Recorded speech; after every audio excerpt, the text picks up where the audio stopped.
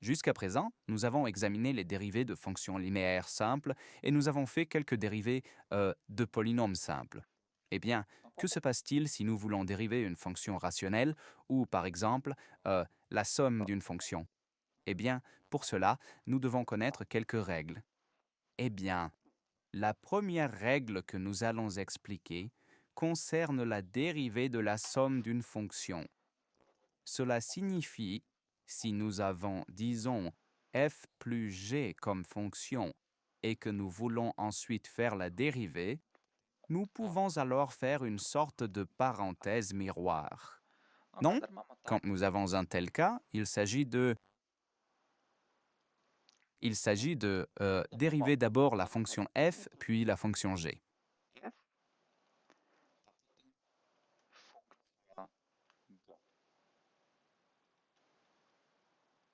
Dans cette vidéo, nous allons simplement énoncer ces règles et ensuite nous les appliquerons à des exemples plus grands. Que se passe-t-il lorsqu'il s'agit du produit de deux fonctions, c'est-à-dire si nous avons f fois g?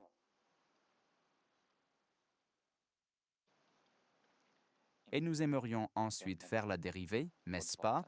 On reconnaît toujours la dérivée par ce trait. Mais d'abord, dans ce cas, la procédure est la suivante. Nous dérivons d'abord la fonction f, et ensuite nous multiplions par la fonction g, mais nous ne la dérivons pas. Ensuite, nous écrivons plus ici, et nous recopions la fonction f, puis nous dérivons la fonction g, n'est-ce pas? A, nous faisons la multiplication, puis nous dérivons la fonction g. C'est A, la dérivée du produit.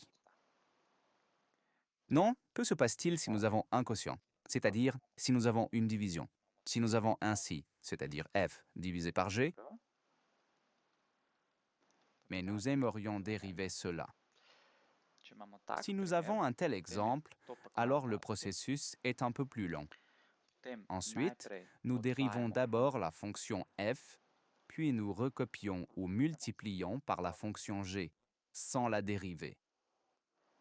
Puis nous avons ensuite moins, puis nous avons la moitié, nous réécrivons f, puis nous dérivons, nous multiplions par la dérivée de la fonction g. Et ensuite, nous mettons la fonction g au carré.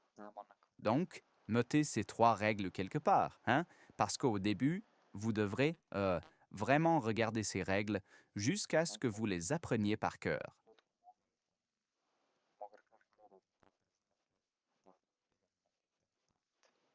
Eh bien, que se passe-t-il dans le quatrième cas lorsque notre dérivée de la fonction est multipliée par une constante? Disons que nous avons kf fois x, puis entre ces parenthèses dorées, c'est la dérivée.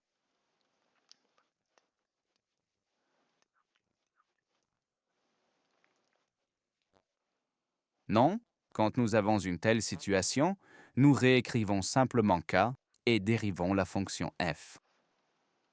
Non, et ce sont 4 règles que vous devez vraiment essayer d'apprendre par cœur le plus tôt possible, car plus tôt vous les apprendrez par cœur, moins vous aurez de problèmes ensuite pour calculer la dérivée de fonctions composées comme celle-ci. Non? Et dans les prochaines vidéos, nous allons maintenant aborder des exemples plus Metodo importants molto pour appliquer applicerat. cela.